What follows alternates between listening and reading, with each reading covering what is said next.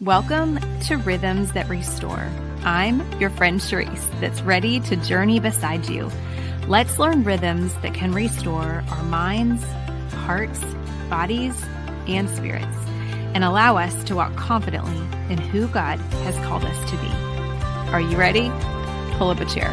Let's get started. Hey, friends. Welcome to the podcast. Welcome to our 31st episode. Welcome to October. It's officially fall. And I mean, who better to welcome us into fall than my friend Abby, joining us all the way from fall-like Puerto Rico. That's right. Where it's perpetually summer. Yeah. Where, it's crisp and it's cool and you're getting out the sweaters. That's right. Exactly. In our imagination. I think that this is, Abby and I were just talking about this backstage, you guys, that it's so perfect and it's so fitting that Abby is helping me celebrate episode 31 because Abby had me on her podcast before I even started this and I didn't really feel equipped to do it. And Abby, what was the advice that you gave me? When you're afraid of something, put your head down and run straight towards it. Yep, that's the advice. And she was like, and now we're doing it right now, Cherisse, in your house. Oh my gosh, here we go. So Abby, welcome officially to the podcast. Thank you for being here. Thank you for just being a find a way, make a way friend. And you guys, Abby is on the mainland. You'll hear the birds behind her and the sea breeze. It's just amazing. So thank you for being here. Thank you so much for having me. It's always precious connecting with you. Oh, I love it. I asked Abby to have us on, to be on and to be our guest and to really help us to kick off October, really the month of gathering. We've kind of been talking about walking in your strengths, women who walk in their strengths, and friends of mine that are incredible at gathering. And as you guys hear Abby share her story, as you get to know her today, you're going to be like, yes, absolutely. And the way that God has really wired you and continuing to mold your story, Abby, it's all about gathering. And Abby has such a heart for community and gathering. So you guys are going to hear more about it, but I am just so excited. So I'll tell them, Abby, a little bit about you, and then we'll just dive right in. Sound good? Sounds great. Okay. So y'all, my friend Abby Teal has a 25 years in domestic and international missions. She founded ARC Farms, which provided empowerment programs for youth in the Memphis area for 10 years, which Abby and I met in Memphis, you guys. She's currently living in Vieques, Puerto Rico, and creating a space called La Mesa for people to gather and restore community. She's a mother of 3 adult kids and best friends with her ex-husband, which is incredible. So we got to ask more questions about that. And she's currently working on publishing her very first book called How to Love Humans, you guys. Oh my goodness. Give a big round of applause to the incredible Abby Teal. Woohoo! Yay! I'm so glad to be here. So fun. And you guys, I mean, really, Abby and I have done so much life together, probably well over a decade before I even had my son Drew. We've journeyed through life together. We've been through so much. And Abby, I mean, really, if I could call you, she's my sister. It's just the both of us together are and we share your mom. Yeah, it's like joy and joy. I mean, Abby exudes fun. She exudes friendship. She is a ray of sunshine to everyone that she comes in contact with and has that ability to speak life into everyone, not just friends that she knows, but people she meets on the street corner. She speaks life into them. Like God has given her and equipped her in such a great way. And so that's exactly why I knew Abby's a perfect person to kick off this month.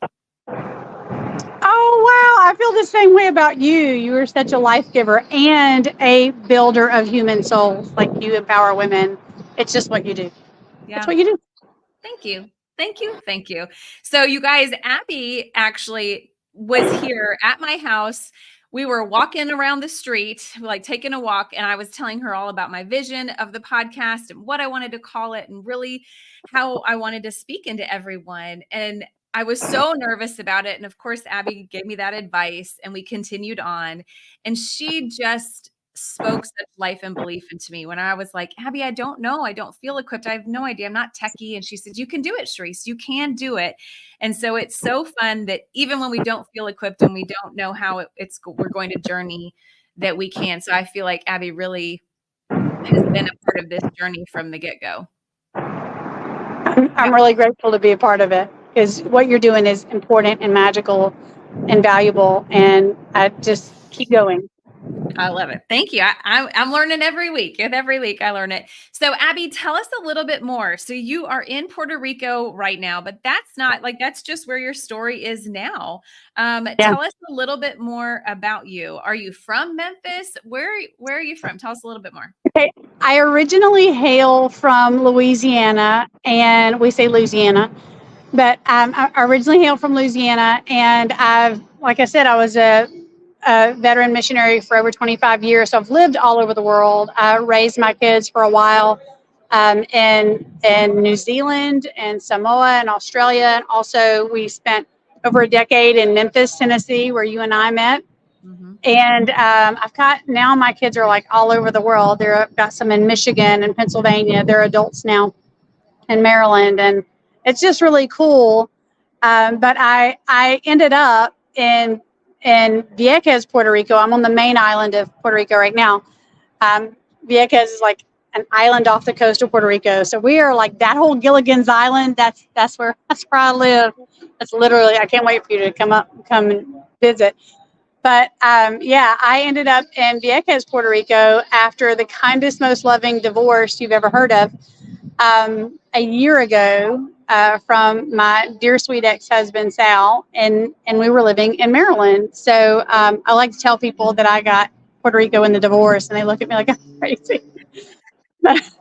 but it's but all things can be loving, and it has been a very loving thing to move here, and it's been very life-giving. And so there's a lot in what's happened in this last year. Yeah. Absolutely. And I think, in the last few episodes, we've been talking a lot, Abby, about transition, because the month of August really can represent that for people, whether kids are going back to school, teachers are going back to school, people are moving, people are, leaving jobs and starting new jobs. And I think that that's been a part of your story, is transitioning and learning how to kind of find peace amidst a lot of unknowns. Not knowing anything. Right. Not knowing anything. I mean, sometimes even the language, and occasionally I'm like, yeah, my Spanish is pretty great today. And then sometimes I'm like, I'm not sure how to order water, but it's everything. Yeah. So we're in the midst of a lot of change, but here as we're settling into October, we're kind of looking into those more like routine months and stuff like that. And yet it's still the biggest season of change, because we've got like Thanksgiving and Christmas around the corner. And so like you're always getting ready for whatever is the next thing. And you don't have to have it all together. And here's a pro tip from someone who really knows. You don't have to know what's going to happen next in order for it to happen. That's just true. You can take that to the bank. God's already got it. Your story's already being written in the heavenly realms. You're walking it out in the natural realm. And but so like when you're like, I have no idea, don't worry about it. Like there's an answer. Just keep moving forward. Change is okay. Right. And I'm such an S personality, so I like consistency. I like routine. I love knowing what's about to happen. And the older I get, the more that the Lord's like, you're so funny. Like let go of all that. Let go of all of that. It's only so helpful. It's really just not. There is no plan A. I'm not sure who plan A is for, but I've never seen it actually manifest out in any sort of form or fashion. So I just kind of go, but you know what? God is so brilliant with what he does with plan Q. You don't have to have had a plan. Yeah. And in fact, most of the time when God calls us out of somewhere, he says, and I remember this is like, and when he calls out Abraham, but he does it later on with Paul too, getting all Bible-y right now. But like, even when he calls Abraham out, he says, I'm calling you out from your home, from your country, from your father's house, and I'm calling you into a land which I will show you. Mm. You just got to leave home. You don't know where you're going. Right. Said the same thing to Paul. He's like, I'm going to send you to go into town and you're going to meet somebody. And he's like, who am I going to meet? He said, you don't have to know that part. Meanwhile, he's waking up another guy in the middle of his sleep and he goes, hey, I need you to go into town. This guy, Paul, is going to come meet you. And he's already setting it up. All things really do work together for the good of those who love God and who are the called according to his purpose. Like, we don't have to know. It just happens. Abby. Wow. I'm thinking of that for all the mamas that are finding themselves in this season of life. Maybe their kids have just gone to college, or they too now, Abby, just have grown children and they're going, what is this season of life for me going to look like? And they don't know and they want to know. That's such beautiful wisdom to say we don't have to know. We just have to know what today looks like, right? Yeah. You do the thing in front of you. And even if you don't do, and this is so precious, like this is where God has had me this week. I think I told you earlier backstage that I had hurt my neck. And so I've been really dealing with not being able to do anything, even at La Mesa at my house. Like, really important things happened this week, and deliveries came and stuff that needed to be moved around. And I had to ask for help. I had to ask for help. What? I had to watch other people do things that I'm normally very capable of. And I had to say, I can't help you. I mean, I had to look like a totally capable person and go, I can't even look that way properly. Like, I'm sorry. Like, no lo puedo, I can't do it. And that's an important reminder, Cherisse. We don't even have to always know what to do in our today. There's such a big piece of walking with God and finding those rhythms that really do restore our connection with God, that don't involve. You said that like a couple of episodes ago. I think you were talking about, maybe you were talking about the Ephesians 4. Like, sometimes we don't have to do anything. It's not, we get so caught up in the doing. But we don't have to do. We can just be who we are in Christ. He's done all the doing. Like, it's not our responsibility. Yeah. And that's hard, Abby, as women, to, number one, ask for help, and number two, to release all the doing. I think that sometimes when we're in the doing and we're busy, we feel like that's what we're supposed to do, but that's actually not at all. Yeah. The busy makes us feel better about how we spent time, but it doesn't mean that we spent time in quality. Right. Yeah. And that's really something I'm kind of learning right now, like particularly in my learning to be refreshed in my relationship with God.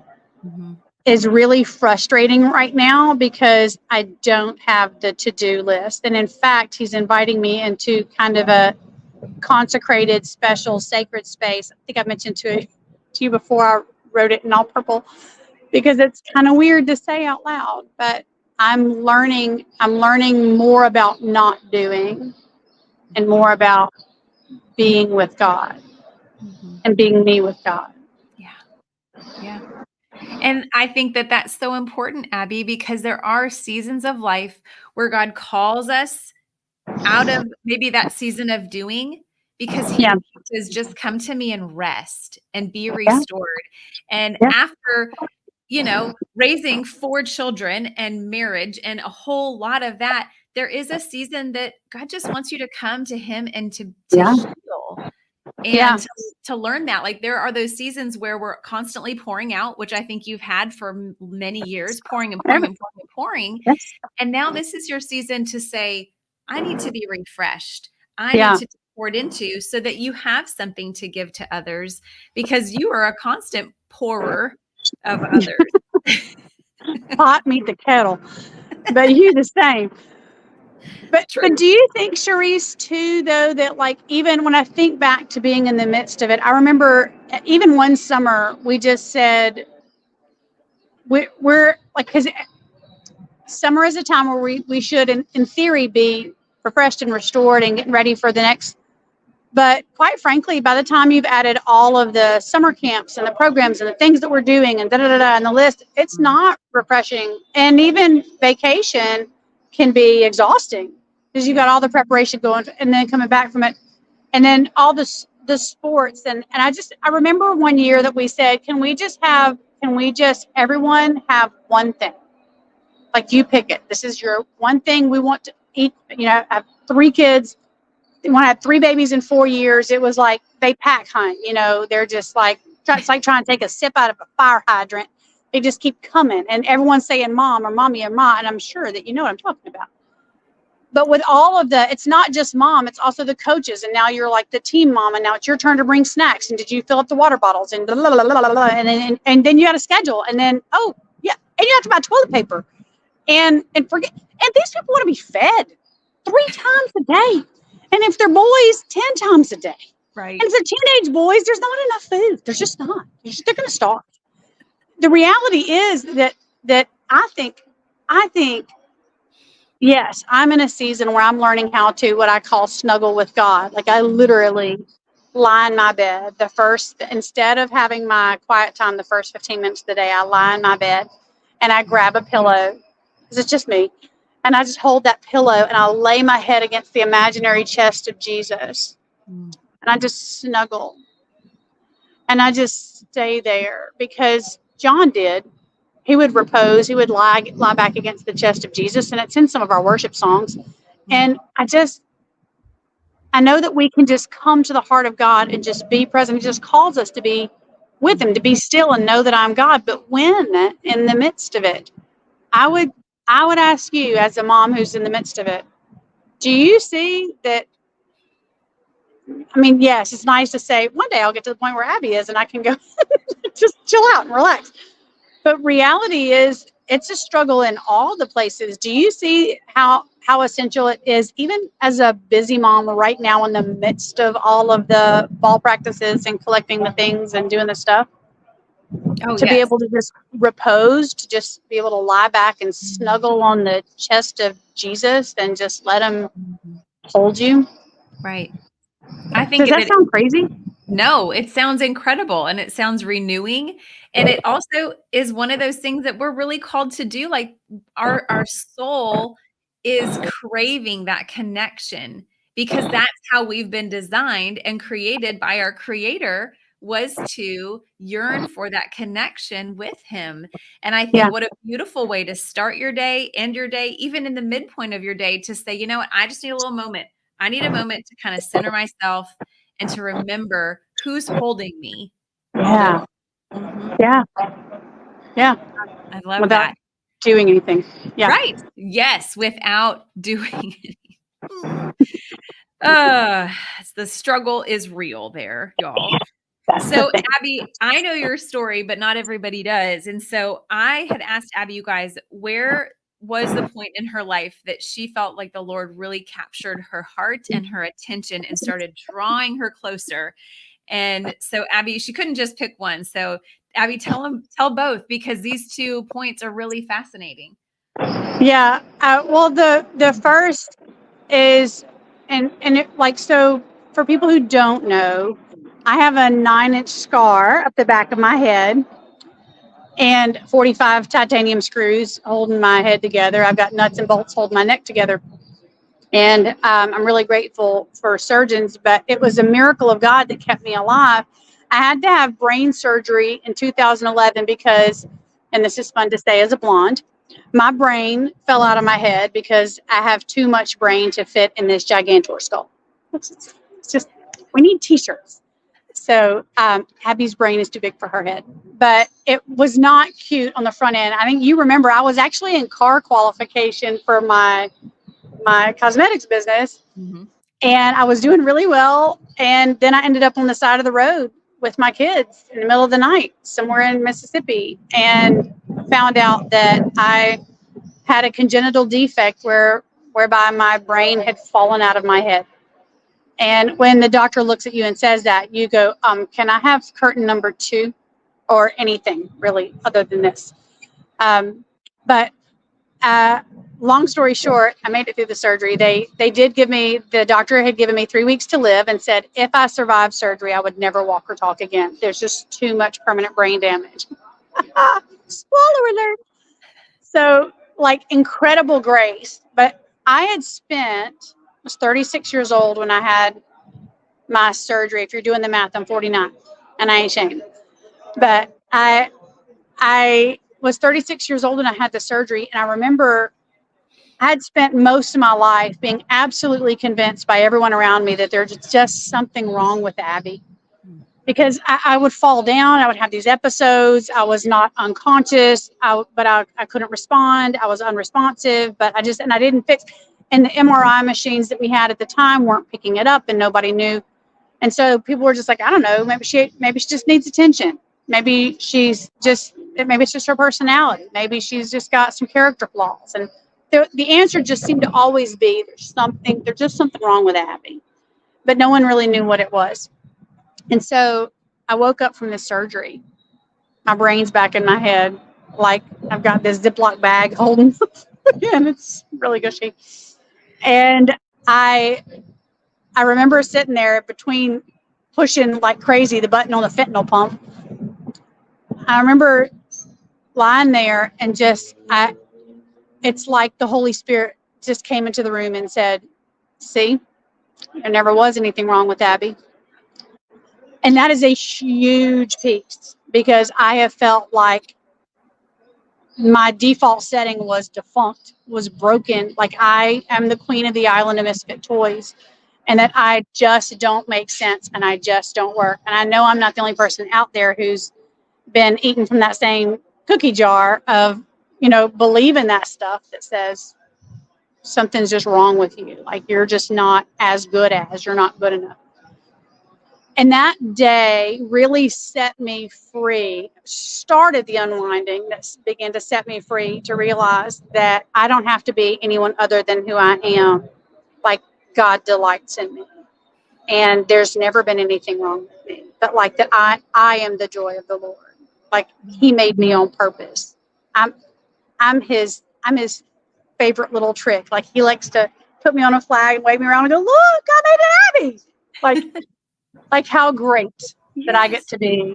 And so that was the first place that he really brought me to a new place for them. And the second is fast forward several years, a year ago when I found out that my marriage of 25 years was going to come to an end.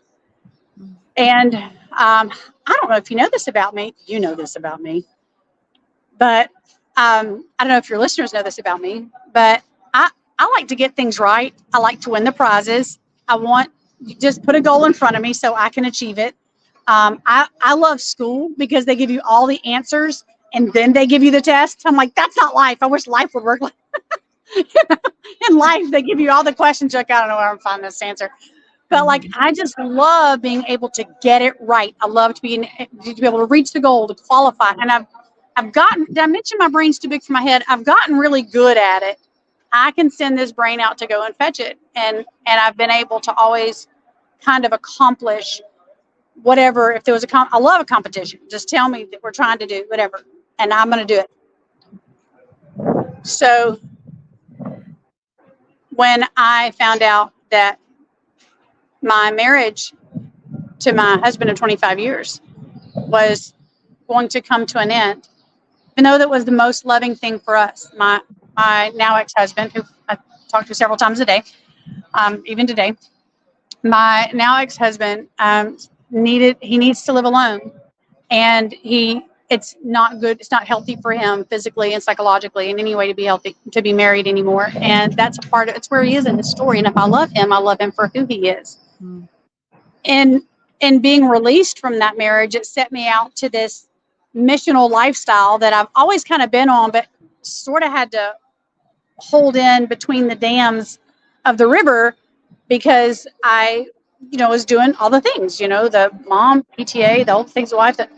And so it's a huge release for me, but it messed with my head, Cherisse, because I no longer, even when I was filling out this questionnaire that you sent me, I was like, and tell us a little bit about your biography. And I'm like, I can't say wife anymore. Mm, And for Christian women, that's a check mark. yeah. And it's not fair. No.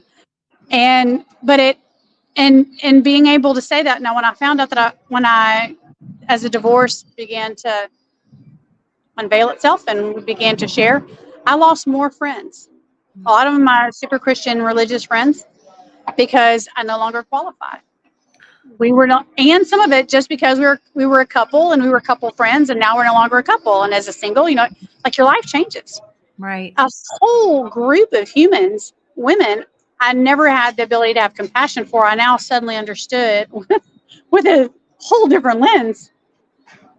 But what it did to me in my relationship with God has been a melting away of all of the layers of should, of you have to qualify, of good enough, of everything that comes out of that tree of the knowledge of good and evil, and just trying to be worthy. That worthy was something I thought was my responsibility, and worthy is none of my business. Like, I'm worthy because I am the beloved of God, period. End of story. And but I'm telling you, we put a lot, especially in Christian culture and Southern, sometimes even more, we put a lot in those roles, those icons of identity that say, this makes me good enough. I'm, a mom or a teacher or whatever. And these are all good things. And I've been all these things. Yeah. But yeah, so really it's been more of an undoing of my feeling like I had to be good enough or qualify that has brought me into a closer relationship with God, because He's not asking for me to be anybody other than me, exactly where I am. Yep. Right. It's almost like he was able to open your hands to release the proving and release the needing to be this and the needing the control, where he just says, Abby, I just need you to come as you. Yeah. As your whole self, you. Yeah. Yes. And so I love this part of your story too, so that's kind of the backstory, but then what God's done in and through this year has been phenomenal. And to kind of try to go into detail like you did with me, because I mean, what a step of faith to move to Puerto Rico and to do that. So tell us a little bit more about how you opened your hands in total obedience, moved there, and how did God use that obedience to to continue to move? Talk about that. Well, it was really amazing, because it was actually Sal, my ex-husband, who said, I think you need to live in Puerto Rico. And I was like, what? And he goes, well, they don't have winter and you have a lot of metal in your head and it'll just be easier, and just do it. Just give it a shot. Like, you speak Spanish. And I was like, okay, well, we'll go try this out, because I trust him and he cares about me. And so I came to Puerto Rico. I was supposed to be on sabbatical from my board for Art Farms. And so they said, look, you can be here we'll put you on sabbatical for 6 months. So I stayed. And I was trying to learn how to do nothing, which is super hard when they put do in front of nothing. I don't know whatever. So I got here, but I have to tell you, when I got here, I had been in the U.S., in the States. I'd been living out of my car, driving from place to place where people would have me. I'm so grateful for all the friends who took me in and all the different people who hosted me. But like, literally, when you have an application or something that you're filling out and you don't have an address, that's a real shock. That's when you go, am I homeless? Did that happen? Like, what's going on right now? So this was a year ago. Yeah. And I came to Puerto Rico, and I had just a little bit set aside that Sal was like, well, this is how much I think you can probably figure out something. There was nothing. There was nowhere to live. There was no house. I was really desperate. I ended up moving in with a lady Ogla, who's amazing, who is kind of like the matchmaker for all of our island of Vieques. Like, she She does not put all of her real estate on the market. She's like, I'll let you know if I think that you need to live in this neighborhood. I will pick you. So at first, I didn't think that she liked me very much. And she was like, I don't even know why you're here, but you're supposed to be here. So I'm going to have you here. So I stayed with her. She introduced me to a bunch of the doñas, the older women in the community. And over time, she got to know me and she decided that she resonates with my story and my heart. And then some of the other people started sharing their lives with me. And pretty soon an opportunity came up and she said, look, I found this house. She said, I know of this property. People have been trying to buy it for 12 years. She said, I know of this property. It's a good fit for you. I want you to look at it. And I went to look at it and I said, man, that's incredible.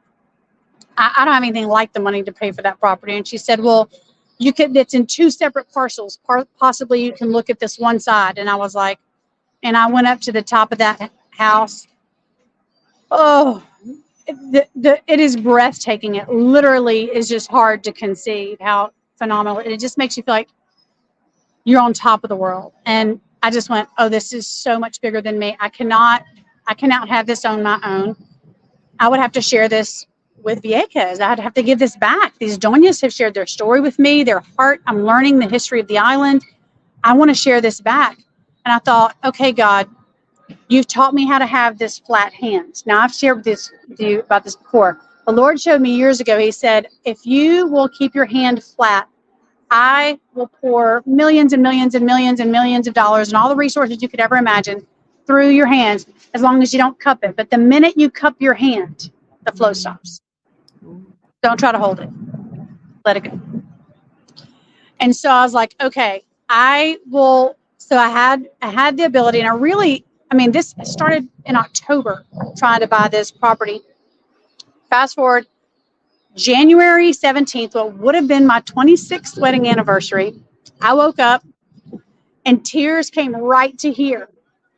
And I just did that big girl thing and I went, I'm not going to cry today. And I said, no, I'm not. I want to change the line of demarcation in the sand. And I called the attorney. I sent a message and I said, is there any way we can close today? And they said, only if you can be here at 1 o'clock. And I was like, I'm there. Put on all my duds. I had my grandmother's earrings, my mama's necklace, all the things. And I just went, oh my gosh.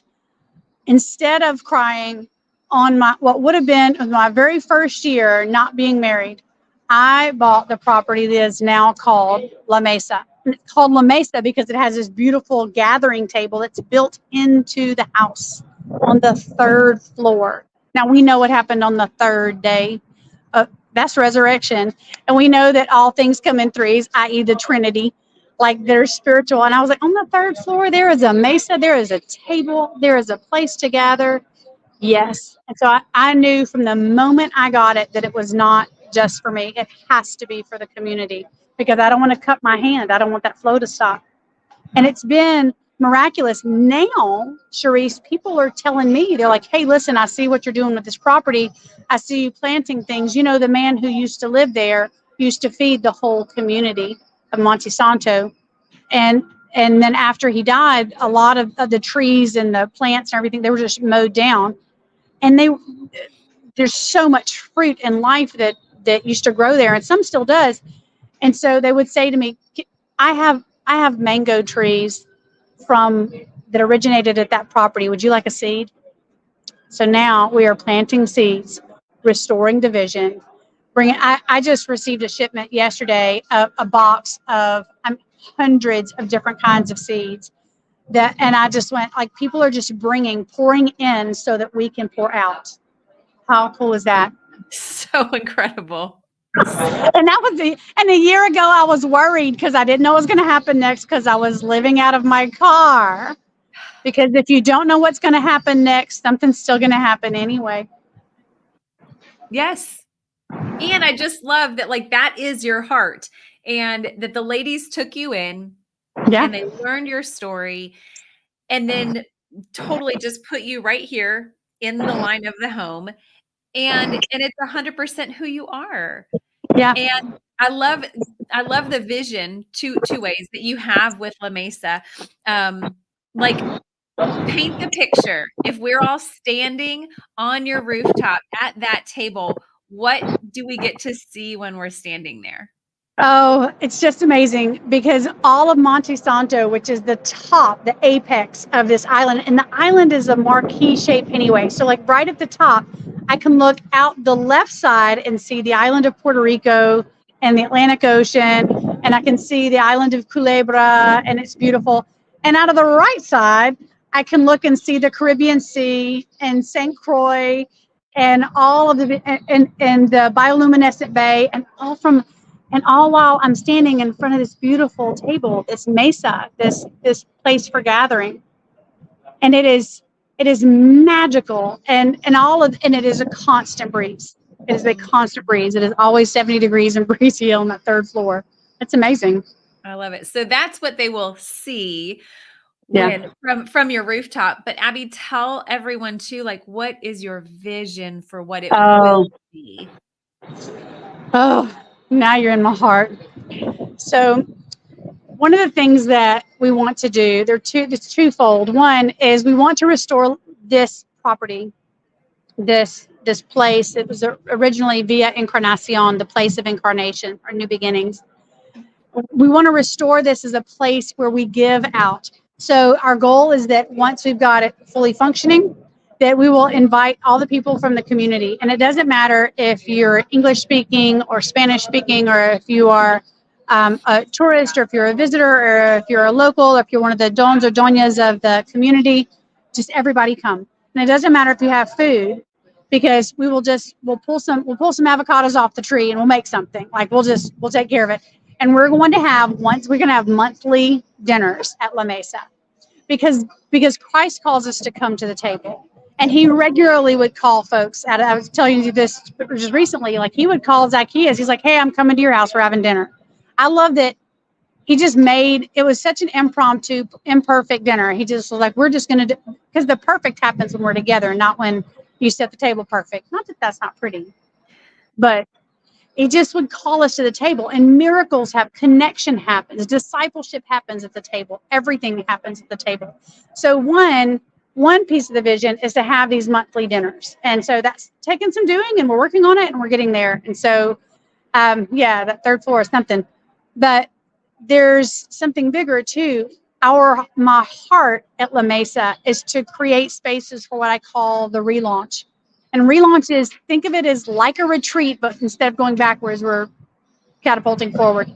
And the reason that the relaunch is so precious is because it's centered essentially around women, and particularly women from the US, like me, who've lived through their own struggle story, like me.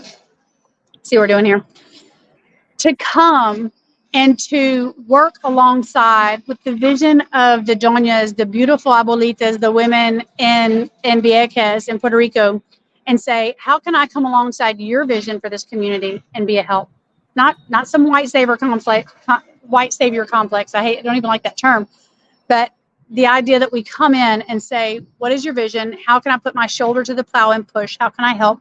And then to connect even with the younger women here, and to show them what it looks like to be a professional, a woman who has traveled, a woman who speaks multiple languages, had a lot of different opportunities, because the young women in Vieques have very few opportunities once school is over. That's it. There's not even a secondary school after high school.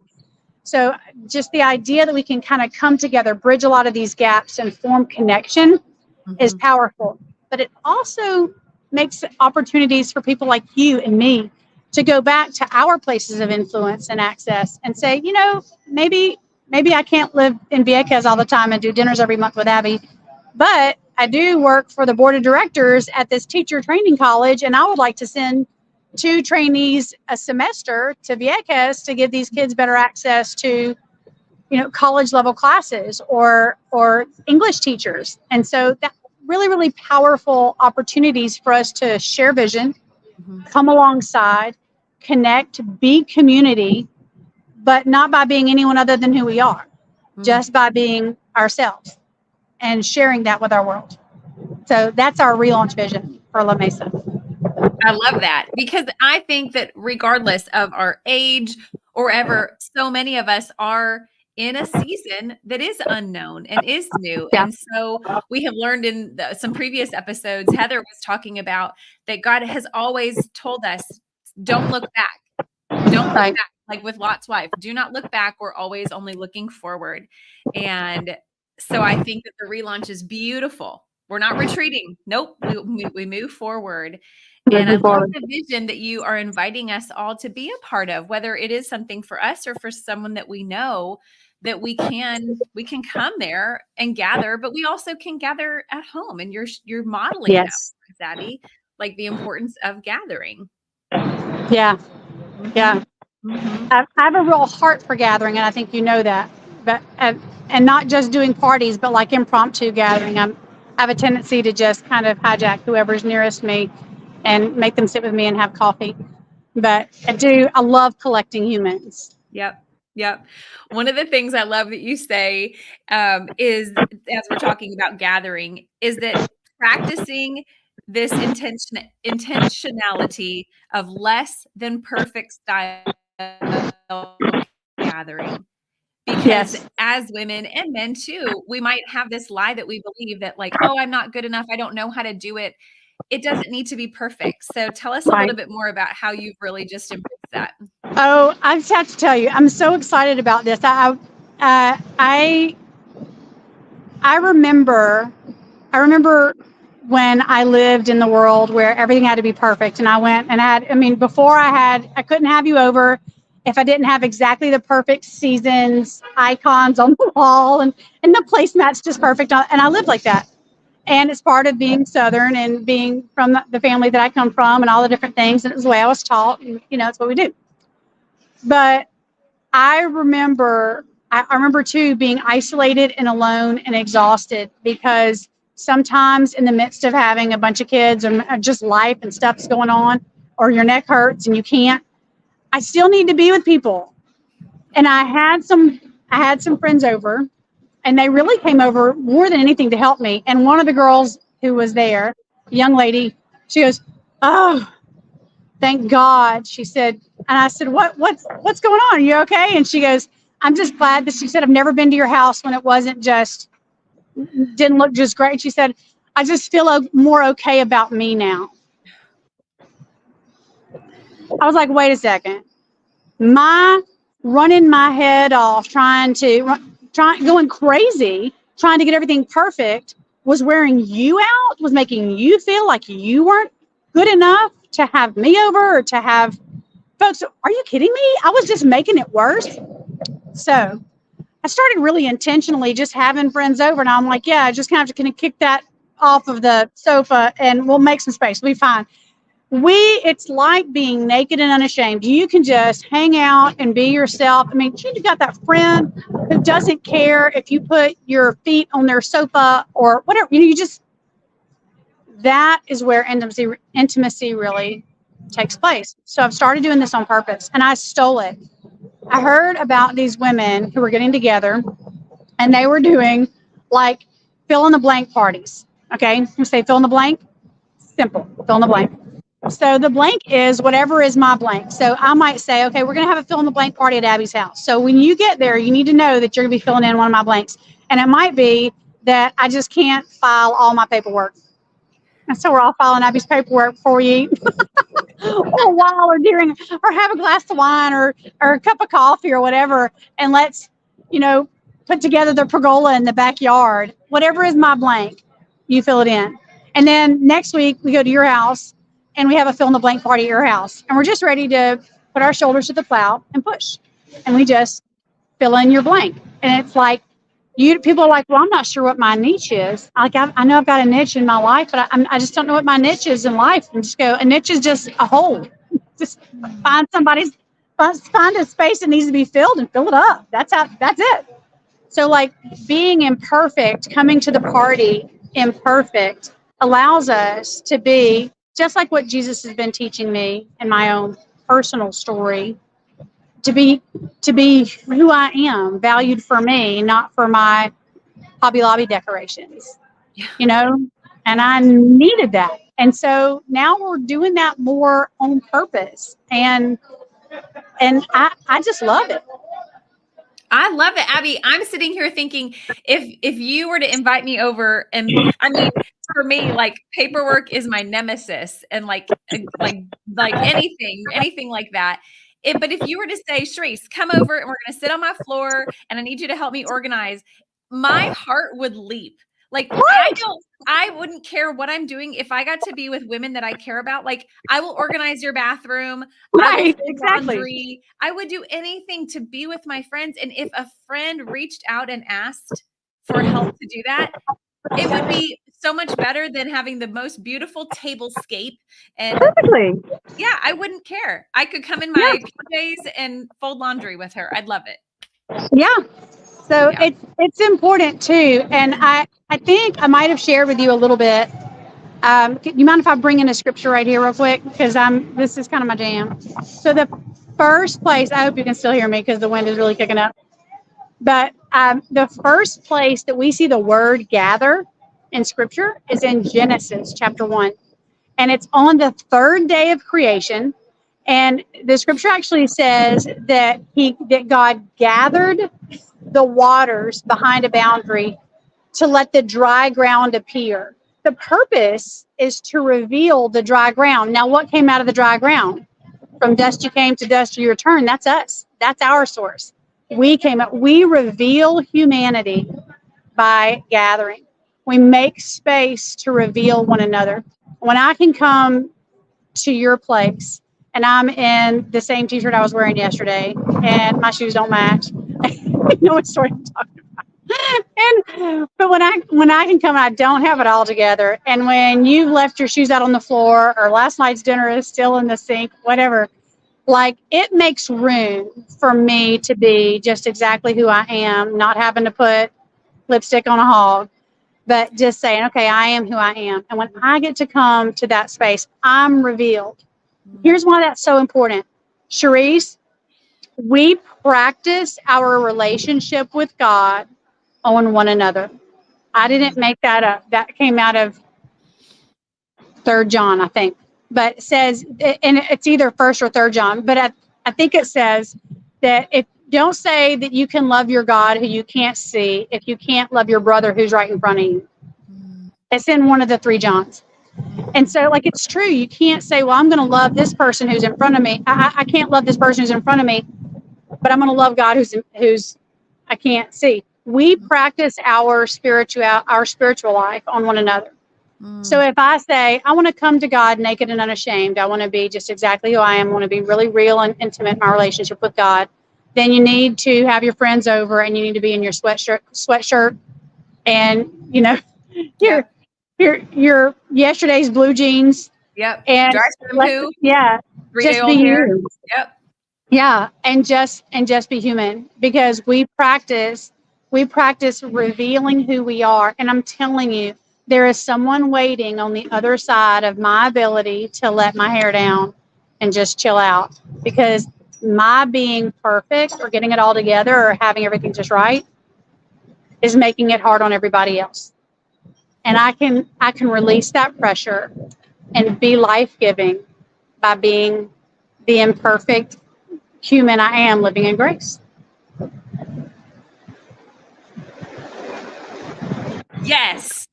And that was a mic drop moment right there, my friends. Abby is preaching to me over here. Yep. Because I'm just thinking of how free I would feel, Abby. You know, when I go to my friends' houses and it's just real. I love it. I love it so much. But yet when I have my friends over, I try to always have everything look perfect. Why? I don't care. But it's like this silly standard in my head. And I don't want to do that anymore. That's ridiculous. So thank you for that. Do you think we can do it on purpose? Do you think that we can just call our friend and say, look, I want to have an imperfect party. Would you come? Yeah. And I think more people would show up for your imperfect. Like, all I'm asking you to do is not be 100% perfect. Then you're invited. Then you can come. If you're going to have every I dotted and every T crossed, you're come a different day. This is an imperfect party, imperfect only. Have something that's, an unfinished project, a fill in the blank. I think you'd have people lined up to show up for your imperfect party. I need an imperfect party. Yeah. Imperfect table for one, please. Thank you. Yes. You'll be surrounded. Oh, Abby, I love it. Okay, so we've had so much truth that has just come from this, so much wisdom. So, Abby, if you could go back to that 10-year-old Abby and give her some wisdom, even that you've just gained a lot this year, what would you tell her? I'd say stand tall, girl. Don't fall back for a minute. Keep moving forward. We win in the end. You're going to make it. I love it. I love it. And Abby, I know I have got friends that have already hit pause and they've gone to find you on Instagram because they want to know what La Mesa looks like and how they can get there. So tell us some more of how can everyone connect with you? How can they watch the progress? How can they be a part of it? How can they get your book and just really connect with you every day? So tell us more how we can connect with you. Okay, abbyteal.com, ABBYTEAL.com has all the links. You get to sign up for our newsletter, and I'm really, really excited about the newsletter because I get to share updates on La Mesa, and also you're the first people to know when the opportunities are dropping for people to come. I don't have them all the time, but there will be moments where I can say, all right, in the month of, these weeks, I'll have space. So I'm really excited to be able to share those opportunities. And then also so you can follow on Instagram if you're really interested. Instagram and Facebook. And on Instagram, it's at Abby Teal, but we'll have the links here. But one of the things that I'm hoping that folks will do, and this is something that I need for my own courage. I've been working on how to love humans for about 20 years. And that's a long time to work on one book, but I've been collecting a lot of stories and a lot of humans. And if you would be interested in being on the waiting list for the book, because this is both for me, because I need to know that people really want to hear it, but it's also because in order to get a publisher, I need to be able to show that I've got some interest. If you would be interested in being on the waiting list for the book, just drop in the comments book. You can do that here on Cherisse's podcast. You can go on to my Instagram or Facebook and just comment and say book, and you're going to go on the waiting list. But everything's at abbyteal.com, and let's stay connected because we're going to love some humans, and we're going to gather, and we're going to connect our imperfect selves and love one another because that's what God called us to do. Yep. Absolutely. Imperfect tables for one or tables for four. That's right. Abby, thank you. Thank you for being here. Thank you for sharing your story and your heart and your vision and how we can be a part of it. And we cannot wait. We'll all be standing at the top of La Mesa, looking out at that view and just being able to marvel at it and how God works through our imperfections when we just show up to the table as ourselves. Yeah. Amazing. Thank you so much for having me. You're welcome. Thank you for joining me on this journey of restoration and renewal. Remember, you can stay connected with me between episodes by following me on Instagram. Don't forget to hit that subscribe button to ensure you never miss an episode. And if you found value in our conversation today, I'd truly appreciate it if you leave a review on your favorite podcast platform or share the show with a friend who might benefit from these rhythms. Until next time, may you find peace in knowing that you can show up every day simply as you are. And that is enough. Take care.